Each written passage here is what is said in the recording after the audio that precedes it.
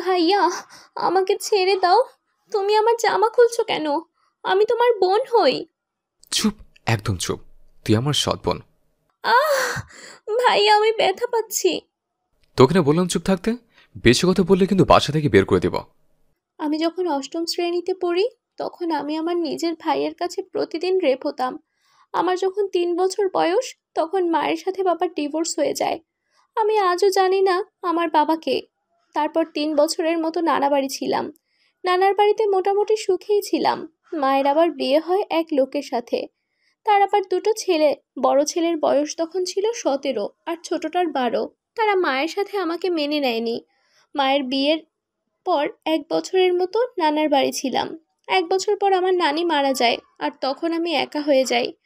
আমার এক মামা, সে চাকরি সূত্রে ঢাকা থাকতো। তার পরিবার নিয়ে চিটাগাং। আর কেউ থাকতো না। বলে রাখি, আমার নানার বাড়ি খাগড়াছড়িতে।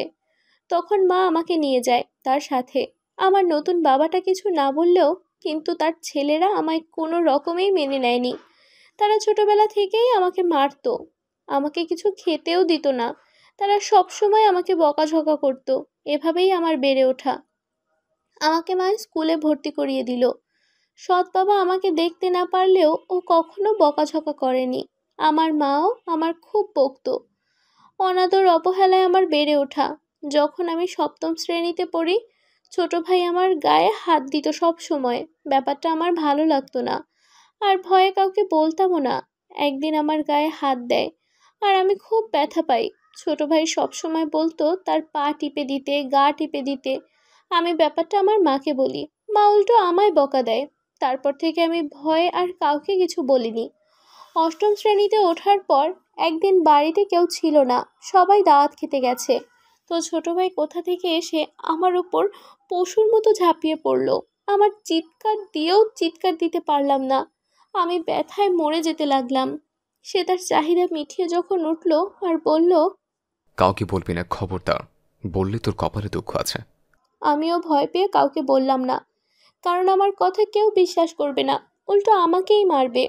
এরপর থেকে ছোট ভাই প্রায় সময় আমার উপর ঝাঁপিয়ে পড়তো, আর মাঝে মাঝে ছোট ভাই আমাকে টাকা দিত। এভাবে আমার বেড়ে ওঠা। যখন আমি ক্লাস 10-এ উঠলাম, তখন বুঝতে পারলাম আমি কনসিভ করেছি। যখন আমি কনসিভ করি, ব্যাপারটা প্রথমে বুঝতে পারিনি আমি। আমার 3 মাস মাসিক অফ ছিল। 3 মাস যখন মাসিক হচ্ছিল না, তখন ব্যাপারটা বুঝতে পারি। আর ব্যাপারটা আরও পরিষ্কার বুঝতে পারি ক্লাস 9-এ শারীরিক শিক্ষা বই থেকে। আপনারা অনেকেই জানেন, সেখানে পুরোপুরি পরিষ্কারভাবে বুঝিয়ে দেওয়া হয়েছে ব্যাপারটা।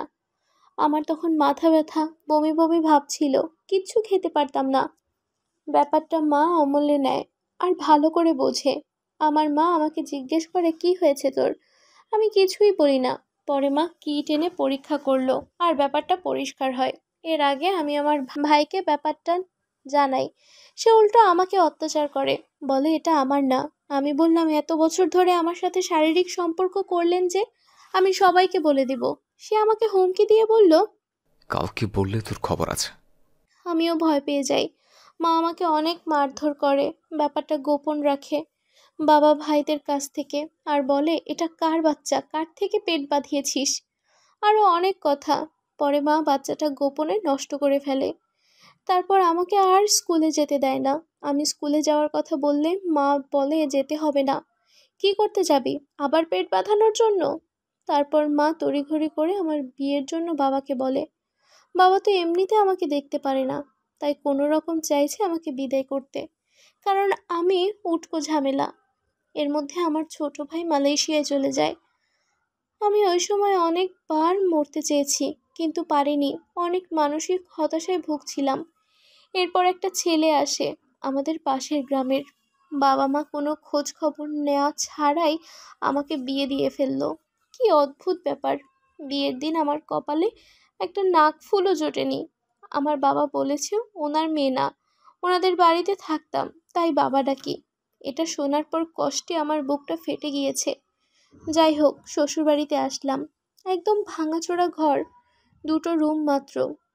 ঘর দেখে মাথা ঘোরালো আমার। বর আমাকে বিয়ে করে এনে কোথায় গেছে সেটা জানি না। বরের শ্যামলা গায়ের রং। আমাকে খাটের ওপর বসানো হলো। বলে রাখি, আমার শ্বশুর শাশুড়ি কেউ নেই, আমার বর এতিম, তার কেউ নেই। তার বাবা মারা যাওয়ার সময় এই বাড়িটা তাকে দিয়ে গেছে।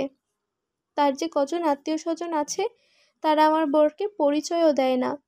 আমি রাতে বরের অপেক্ষা করতে করতে ঘুমিয়ে গেলাম। সে রাতে আসলো না। সে এলো ফজরের আজানের পর, তাও মাতাল হয়ে। বিশ্বাস করবেন কিনা জানি না, সে কোনো কিছু বলা ছাড়া আমার উপর ঝাঁপিয়ে পড়লো। চাহিদা শেষে ঘুমিয়ে পড়লো। আমি কাঁদতে লাগলাম, হায় আল্লাহ, এ কি হলো আমার কপালে! সারা জীবনেও সুখ পেলাম না। পরের দিন ঘুম থেকে উঠে বাথরুম খুঁজতে লাগলাম। ঘরে আর কেউ ছিল না, তাই তাকে ডাকলাম। সে আমাকে খুব খারাপ ভাষায় গালি দিয়ে বলল, ঘুমাতে দে। আমিও আর কিছু বলিনি। আমি ঘরের মধ্যে বালতিতে প্রস্রাব করলাম। ঘরের আশেপাশে একটা কলও ছিল না। অন্যের বাড়ি থেকে পানি আনতে হয়। আমি নতুন বউ, কোথায় যাব কিছুই চিনি না। আমার মনে হলো আমি দোজকখানায় এসে পড়েছি। সেদিনের 2টা বাজে ঘুম থেকে উঠে বলল, ভাত দাও। আমি দিলাম। তারপর তাকে বললাম, আচ্ছা বাথরুম কোথায়, তারপর পানি কোথা থেকে আনবো? সে ভাত খেয়ে উঠে আমাকে বাথরুমে নিয়ে গেল। কি বলবো, বাড়ি থেকে অনেক দূরে একটা জঙ্গলের মতো জায়গা। রাত বিরাতে তো আসাই যাবে না, আর বর্ষার সময় ভুলেও না। তারপর সে একটা বাড়ি দেখালো, ওখান থেকে পানি আনতে বলল, আর রাস্তার পাশে মসজিদের পুকুর থেকে গোসল করতে বলল। আমি তো কান্নায় শেষ। এটা কি হলো? নসিবে এটা কি ছিল? যাই হোক, আমাকে আমার বাপের বাড়ি থেকে কেউ দেখতেও আসলো না। দিন যেতে লাগলো, আর তার অত্যাচার বাড়তে লাগলো। অহেতুক গালাগালি করা। আমাকে বিয়ের 7 দিনের দিন রাতে মারতে শুরু করলো। সে মদ খেয়ে মাতাল হয়ে আসলো, আর আমার জামা খুলতে একটু দেরি হয়েছিল চাহিদা মেটানোর জন্য। কি জঘন্য সময় ছিল বলে বুঝাতে পারবো না। খুব লজ্জা লাগতো অন্যের বাড়িতে পানি আনতে যেতে, তারপর মসজিদের পুকুরে গোসল করতে। আমি 2 দিনেও গোসল করতাম না লজ্জায়। আর রাতের বেলা প্রস্রাব ধরলেও ও বালতি ভরে করতাম, তাও বাথরুমে যেতাম না। বাথরুমে না যাওয়ার জন্য একদম কম খেতাম। আর তার তো কোনো খবরই থাকতো না। সে ঠিক মতো কাজও করতো না। একদিন বাজার আনলে 10 দিন আনতো না। বলে বোঝাতে পারবো না আমার কষ্টের কথাগুলো। শুধু আল্লাহকে বলতাম, আল্লাহ তুমি এ কি করে রাখছো আমার নসিবে, জীবনে কি সুখ দিবে না? তো বিয়ের 10 মাস পর আমাদের বাড়িতে যায়। গিয়ে মাকে জড়িয়ে ধরে কান্না করি। আর মা আমাকে বলল, এত ঢং করতে হবে না, অনেক ঢং করছোস। বাড়িতে একদিন থাকার পর বাবা বলল, কি রে যাবি না? বিয়ে দিয়ে দিছি, এখানে কি? শ্বশুর বাড়িতে যা। তাদের আমি খুলে বললাম এই অবস্থা, কিন্তু তারা বলল বিয়ে দিছি এটাই বেশি। তারপর মাকে বললাম, মা, ও মা, আমি তো তোমার মেয়ে, কেন আমার সাথে এমন করলে? মা বলল, পেট বাঁধানোর সময় মনে ছিল না? আমি এটা বলতে পারলাম না যে বাহিরের মানুষ না, ঘরের মানুষই করেছে। নসিব খারাপ হলে যা হয় আর কি। এরপর সব মেনে নিলাম, আর নিজে নিজে যুদ্ধ শুরু করলাম। শ্বশুর বাড়িতে এলাম, মনোবল আরও শক্ত করলাম। এখানেই আমার থাকতে হবে। কিন্তু বর প্রতি রাতে মদ খেয়ে মাতাল হয়ে আসতো। বিয়ের 1 মাস পর চালের কথা বললাম। ঘরে চাল ডাল কিছুই ছিল না। চালের কথা বলার সাথে সাথে মায়ের বলতো, কাজ করে খা। আমি বিয়ের 1 মাস পর থেকে মানুষের বাড়ি কাজ করতাম। তারা যা দিত, চাল ডাল, তাই খেতাম। আমার মা আমার একটা বার খোঁজও নেয়নি। মানুষের ধান ঝাড়তাম, উঠান লিপতাম। তারা যা দিত তাই খেতাম, কারণ বর বাজার করতো না, আর সে কাজও করতো না।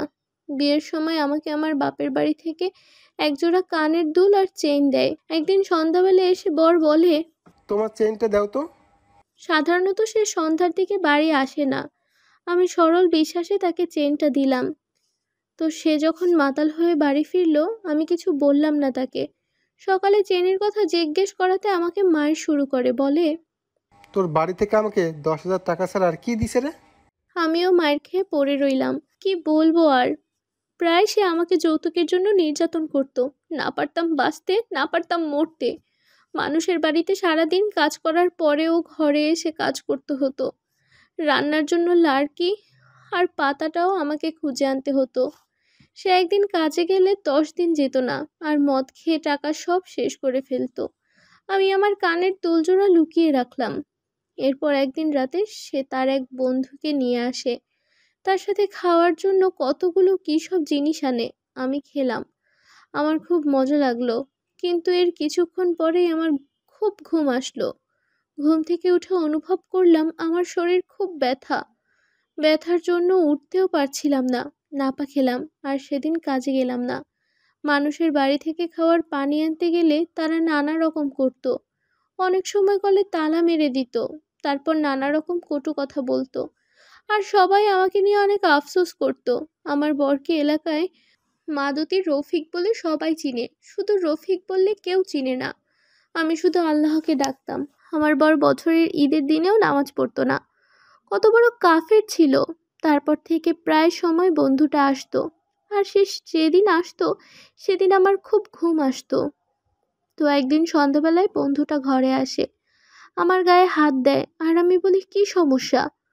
সেটা আমি আবার আমার বরকে বলি। তখন বরের বন্ধু আমার উত্তর দেয়, প্রতিদিনই তো তোমার গায়ে হাত দেই, তখন সমস্যা হয় না। আমি কথা শুনে থ হয়ে গেলাম। মানে কি? তার মানে বরের বন্ধু আমার বরের সামনে আমার রেপ করে? আমি কাঁদলে আমাকে অনেক মারে আর বলে এমনি এমনি করে না, আমাকে টাকা দেয়। আমি আর এই অত্যাচার নিতে পারছিলাম না। সবসময় আল্লাহকে ডাকতাম আর বলতাম আমার বরের মৃত্যু হয় না কেন। এরপর থেকে বন্ধুটা প্রায় আসতো, আর আমার বাজারের জন্য কষ্ট হতো না। আমি কেন প্রতিবাদ করলে আমাকে অমানুষের মতো মারতো। আর সব সময় বলতো বাপের বাড়ি থেকে টাকা আন, টাকা না আনলে এভাবে টাকা ইনকাম করে দিবি। তারপর কিছুদিন পর বাবার বাড়ি যাই মাকে টাকার কথা বলতে। এক প্রকার আমাকে ঝেঁটিয়ে বিদায় করলো। আমি নিরুপায়, কি করব। শ্বশুর বাড়িতে চলে আসলাম। বর এরপর অনেক রকম লোক আনতো ঘরে, আর আমাকে তাদের চাহিদা মেটাতে হতো। আর না মেটালে আমাকে খুব মারতো। ছেলে মানুষের মার সেটা তো বুঝিনি। 2 মাস পর ঘরের ভেতর বাথরুম আর কল দিল, কারণ ওই লোকগুলো আসে। এক প্রকার আমাকে আমার পর দেহ ব্যবসায়ী বানিয়ে দিয়েছে। শুধু আল্লাহকে ডাকতাম, আল্লাহ হেদায়েত দান করো। তারপর গ্রামের অনেকেই বলতো মাদতীদের ঘরে এত মানুষ কেন যায়, ছেলে মানুষদের আড্ডা, আরও অনেক কথা। তারপর একদিন শুনলাম আমার বর বাড়ি বন্ধক দিছে জুয়ায় হেরে যাওয়ার কারণে। আমার মাথায় আকাশ ভেঙে পড়ল। এটা কি হলো? তারপর আমার বর বলল এভাবে টাকা জমালে আরও 1 বছর দেহ ব্যবসা করলে টাকার জোগাড় হয়ে যাবে। সেদিন নিজের উপর অনেক ঘৃণা চলে আসলো, যা বলার মতো ছিল না। আমি এক রাতে বাড়ির পাশে এক চাচির অনেক অসুখ থাকায় তাদের বাড়িতে রাতটা থাকি। রাতে আমার ঘরে গ্রামের চেয়ারম্যানের লোক আসে, আমার বর সহ সবাইকে ধরে নিয়ে যায়, আর জুয়া খেলার জন্য সবাইকে অনেক মারে। সেটা আবার আমি শুনি। চেয়ারম্যানের লোকেরা যখন তাকে ধরে নিয়ে যায় আর মারে, তখন আমি চেয়ারম্যানের কাছে ছুটে যাই। চেয়ারম্যান টাকা চায় আমার কাছে। আমার বরের বন্ধুদের ছেড়ে দেয়, কারণ ওরা টাকা দেয়। আমার কাছে 5,000 টাকা চায়, কিন্তু আমার থেকে তো টাকা নাই। পরের দিন তাকে ইচ্ছা মতো মাইর খাওয়াই। এরপর আমার কানের দুলগুলো বেচে টাকা দিয়ে তাকে ছুটাই। মায়ের খাওয়ার পর বেশ কিছুদিন অসুস্থ ছিল। ভালো হওয়ার পর চেয়ারম্যান খবর পাঠায় আর বলে তোর বউকে কিছুদিনের জন্য আমার কাছে পাঠা, তোকে টাকা দিব। এরপর সে আমাকে চেয়ারম্যানের কাছে পাঠায়। খুব লজ্জার বিষয়, চেয়ারম্যানের কাছে 2 দিন ছিলাম। এরপর ওখানে এসে বলি তোর সাথে আর সংসার করব না। তখন বাপের বাড়ি চলে যাই। মা প্রায় 2 বছর পর বাপের বাড়ি যাই। যাওয়ার সময় খালি হাতে যাই, টাকা ছিল না, নাস্তা পানি কোথা থেকে নিব। এরপর মা আমাকে দেখে এক প্রকার তেড়ে আসলো। কিছু বললাম না। গিয়ে দেখি ও মা, আমার বড় ভাই বিয়ে করেছে, তার বউ আবার গর্ভবতী। সে আবার মাকে জিজ্ঞেস করতেছে মা এটা কে? তো আমার মা উত্তর দেয় আমাদের ঘরে কাজ করতো, নিজের মেয়ে বলে নাই। তারপর মা আমাকে বলে দুপুরে খেয়ে যাবি নাকি এখন যাবি। আমি আর কিছুই বলিনি, শ্বশুরবাড়ি চলে আসি। আসার পর বড় আমাকে খুব মারে, বলে মা তো জায়গা দিল না, গেলি কেন। আরও বলল আমার চুলোয় ছাড়া তোর আর কি কারোর কাছে জায়গা হবে। আরও অনেক বাজে বাজে গালি করলো। সে রাতে মরতে চেয়েছি, কিন্তু সাহসে দেয়নি। গ্রামের মোটামুটি সবাই আমাকে খারাপ বলতো, তেমন কেউ মিশতে চাইতো না। আর এদিকে বাড়ি বন্ধকের টাকার জন্য আসলো, বলল কিছু টাকা হলে দে কিস্তি হিসেবে। এসে ওনারা আমাদের গালাগালি করে গেল। 80,000 টাকা ছিল বাড়ি বন্ধকের টাকা। এরপর আমার বর অনেক পুরুষ আনে আর আমাকে তাদের চাহিদা মেটাতে বলে। যাই হোক, এরকম চাহিদা মিটিয়ে 10,000 টাকা জোগাড় হয়। আর তাকে বললাম, যাও টাকা দিয়ে এসো। সে টাকা দিতে গিয়ে একদিন আর আসলো না। আর এদিকে ওনারা টাকা দেওয়ার জন্য অনেক কথা বলল, আর বলল টাকা না দিলে কালকে বাড়ি থেকে বের করে দিবে। বর আসলে আমি জিজ্ঞেস করলাম, ওনাদের টাকা দিলে না? বর বলল, জুয়া খেলে ফেলেছি তাই টাকা নাই, কই থেকে দিব? সমস্যা নাই, আজকে 10 জন আসবে, 500 করে দিলে 5,000 হবে। তুই শুধু 2 দিন একটু কষ্ট করবি। বিশ্বাস করেন, সেই রাতে অমানবিক নির্যাতনের শিকার হয়েছি আমি। প্রচুর রক্তপাত হয়েছে, কিন্তু আমাকে সে ডাক্তারের কাছে নিল না। সারাদিন কষ্ট করলাম, শুধু রক্ত যাচ্ছে, বন্ধ হচ্ছে না। আমার বড় অমানুষটা আমার অসুস্থতা দেখেও রাতে 3 জন আনলো। তারা কোনো কিছুই মানলো না। অনেক কেঁদেছি, চিৎকার করেছি, উল্টো অনেকগুলো মার খেতে হলো। আমার বর মাতাল, সে কি বুঝবে? তারপর আর জানি না, নিজেকে হাসপাতালে দেখতে পেলাম। এক আয়া বলল আমাকে নাকি ভোর 4টা বাজে হাসপাতালে এনেছে অজ্ঞান অবস্থায়। রক্ত দিয়েছে 1 ব্যাগ, আরও 2 ব্যাগের মতো দরকার।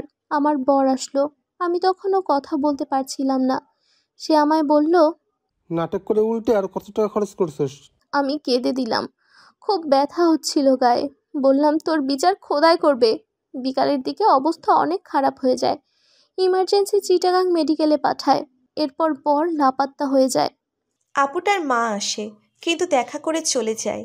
এরপর ওনার অবস্থার অবনতি হলে ওনার পরিবারের লোকদের ডাকে হাসপাতাল কর্মকর্তারা, কিন্তু কাউকে পাই না। আর আপুটাও বলে ওনার কেউ নেই। এরপর হাসপাতাল থেকে পুলিশ ডাকা হয়। পুলিশকে আপু সব বলে।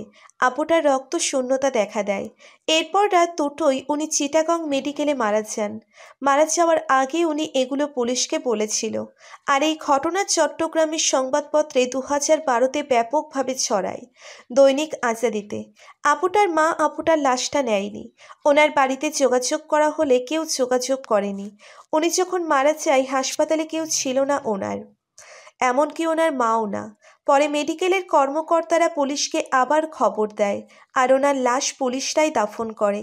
কারণ ওনার পরিবারের কেউই যোগাযোগ করেনি, আর যোগাযোগ করেও কাউকে পাওয়া যায়নি। হাসপাতালের বিলটা সরকার বহন করে। এরপর কেউ আর মামলাটা নিয়ে ঘাটেনি, কারণ পুলিশ তো টাকা ছাড়া নড়েও না। দোয়া করবেন আপুটার জন্য। পরিশেষে এটাই বলবো, সবাই সাবধান। দিন শেষে আমরা নারীরা অনেক অসহায়।